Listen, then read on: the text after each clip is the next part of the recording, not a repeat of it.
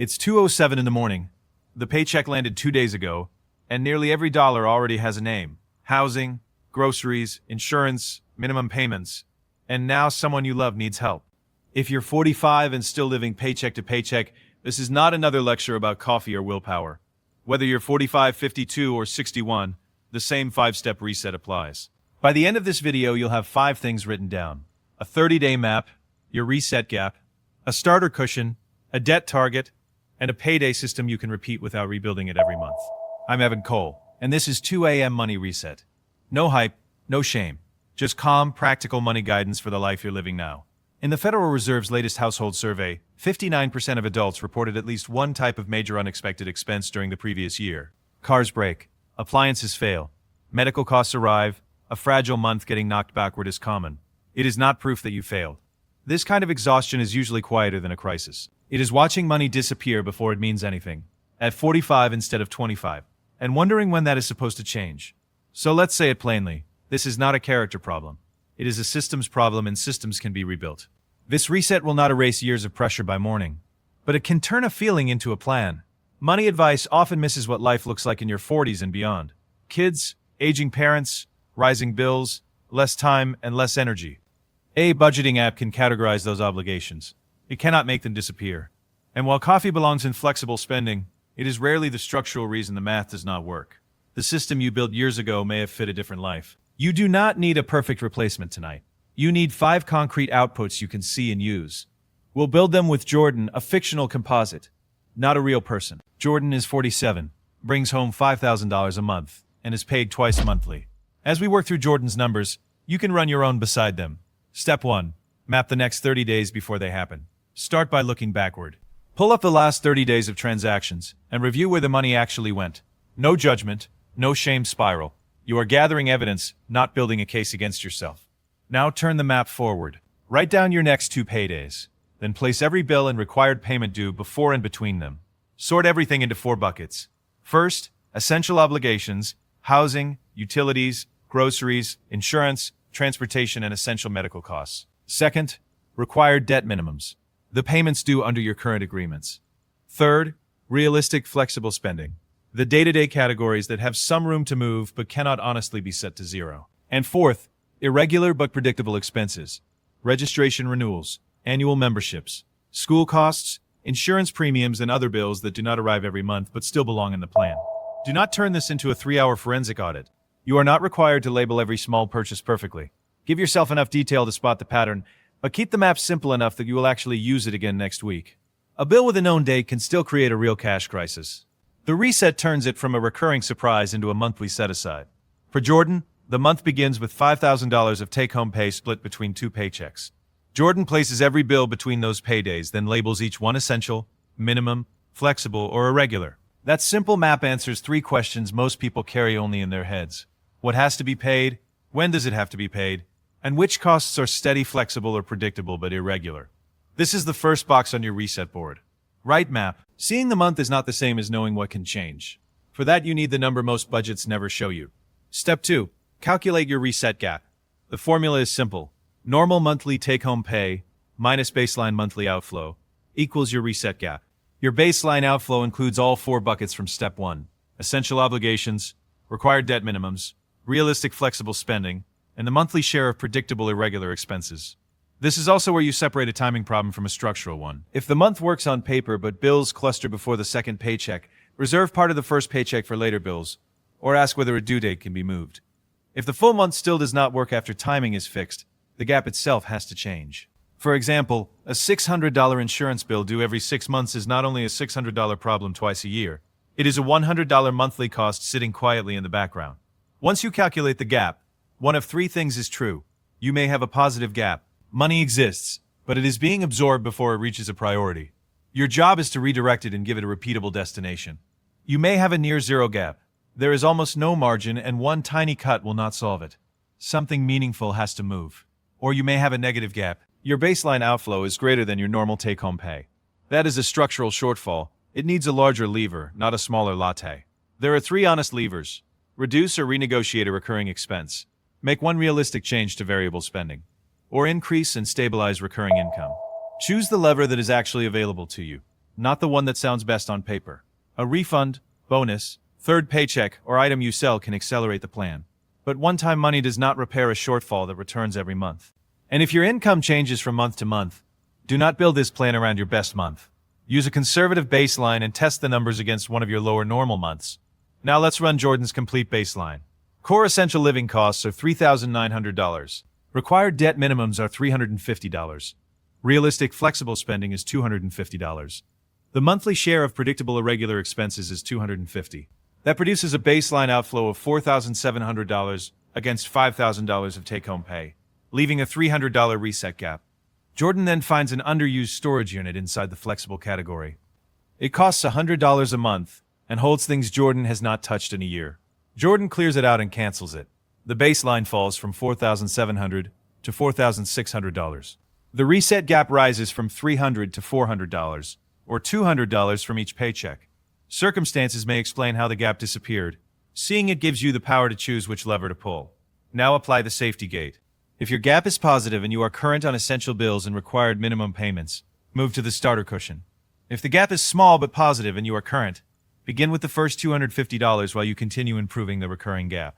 If the gap is negative, or you are behind on essentials or minimums, pause the ordinary sequence.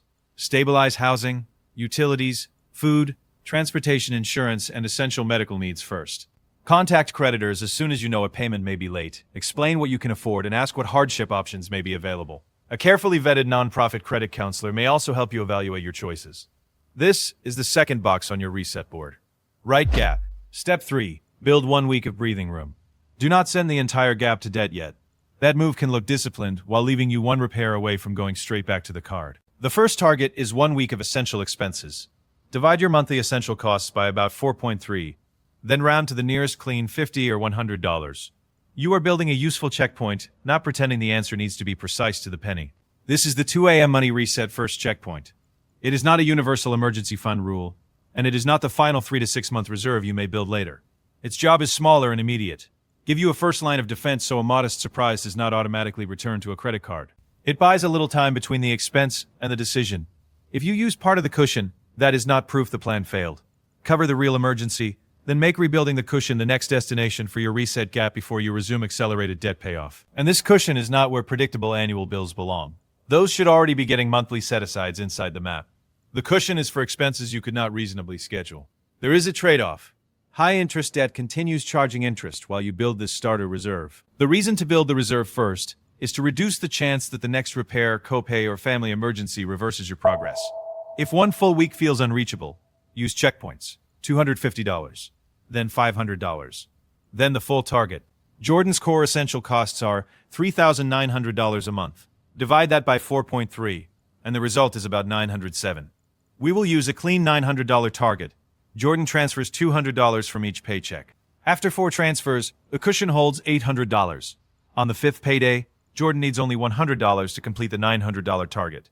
The remaining $100 can begin the next priority. A little more than 2 months after starting, Jordan has 1 week of essential breathing room. Notice the 2 different numbers. Jordan's $4,600 baseline includes essentials, debt minimums, flexible spending, and predictable irregular costs. The $3,900 figure is only the core essential spending the starter cushion is designed to cover. The order matters. Jordan could not build this cushion until the map revealed the month, and the reset gap identified exactly where the money would come from. This is the third box on your reset board. Right cushion. Step 4. Attack the most expensive debt. If you passed the safety gate and built the starter cushion, choose the debt that will receive every extra dollar assigned to accelerated payoff. For this example, we are talking about current, interest-bearing credit card debt. Mortgages, student loans, tax obligations, medical balances, debts and collections, and loans secured by property can involve different rules and trade-offs. They need separate analysis. The debt avalanche method is straightforward. Continue making required minimum payments on every account. Then direct the entire extra payoff amount to the card with the highest interest rate. Jordan has 2 cards. Card A has a $7,500 balance, a 29.99% annual percentage rate, and a current minimum payment of $225. Card B has a $3,000 balance, an 18.99% annual percentage rate, and a current minimum payment of $125. Those 2 minimums total $350, matching the debt minimum bucket in Jordan's baseline. Card A has the higher rate, so it gets Jordan's extra payment, Jordan keeps paying the required minimum on Card B, but every dollar assigned to accelerated payoff goes to Card A until it is gone. Both the avalanche and the debt snowball method concentrate extra money on one target. The difference is which debt comes first. The avalanche starts with the highest interest rate. With the same total monthly payment, it generally eliminates the costliest debt first and can save more money over time. The snowball starts with the smallest balance. It may cost more in total interest, but it can produce a paid-off account sooner, and that visible win may help some people stay engaged. That is a real trade-off, not a right versus wrong choice. Use the method you can consistently follow. Nothing in this video is telling you to abandon an employer retirement match, withdraw from a 401k, or tap home equity to move faster. Those decisions depend on your full financial picture and deserve individualized analysis. Jordan chooses the avalanche. Card A receives its $225 minimum plus the $400 reset gap payment, for a total of $625 a month. Card B continues receiving its $125 minimum. Jordan has now committed a total of $750 a month to the two cards. The target determines where that total goes. The overall commitment does not shrink when one balance disappears. This is the fourth box on your reset board. Write target. Step 5. Build your payday system. You now have a plan, but a plan that asks an exhausted person to make 20 perfect decisions every month is not durable. The system should reduce decisions without ignoring reality. If your pay arrives on a predictable schedule, set the transfer for 1 or 2 days after the paycheck normally lands. Send it to the cushion until the cushion is complete, then redirect it to the debt target. If your income varies, automate a reminder instead of a fixed transfer. Once the paycheck arrives and you confirm that essential bills will clear, move the safe amount manually. Here is the guardrail.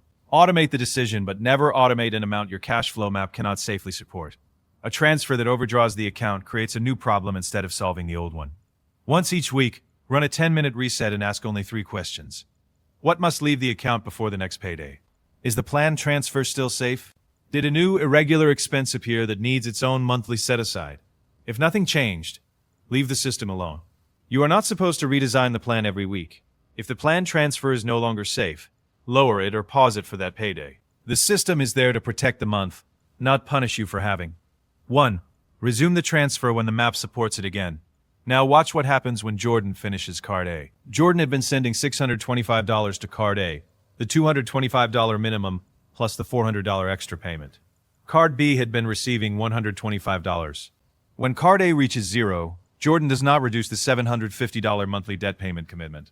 The $625 formerly going to Card A rolls forward, and Jordan keeps the $125 already budgeted for Card B. Card B now receives the full $750 a month, without Jordan finding one additional dollar. That is the redirect rule. When one target is finished, do not let the payment melt back into the month. Give those dollars their next job immediately. Winning here is not a dramatic overnight transformation. It is a boring, repeatable week that does not depend on a burst of motivation. The map showed the timing. The gap showed the number. The cushion created breathing room, the target gave the extra money a job. And the payday system keeps the decision repeating, without forcing you to rebuild the plan every time money arrives. This is the 5th and final box on your reset board. Write SY STEM. The paycheck to paycheck cycle may not end this week, but it can stop being invisible tonight. Here is the one action to take now. Map your next 30 days, calculate your reset gap, and give the next available dollar one clear job. You do not need to repair your entire financial life before morning. You need the next paycheck to arrive with instructions. Which part is your biggest bottleneck right now? Comment, one word, gap, cushion, or debt. No balances and no personal numbers. Just the word. Subscribe to 2 a.m. Money Reset for one calm, practical money reset every week. And when you are ready to give that new margin a longer-term job, watch the 10-year retirement catch-up plan next. I'm Evan Cole, and this is 2 a.m. Money Reset. No hype, no shame. Progress, not perfection.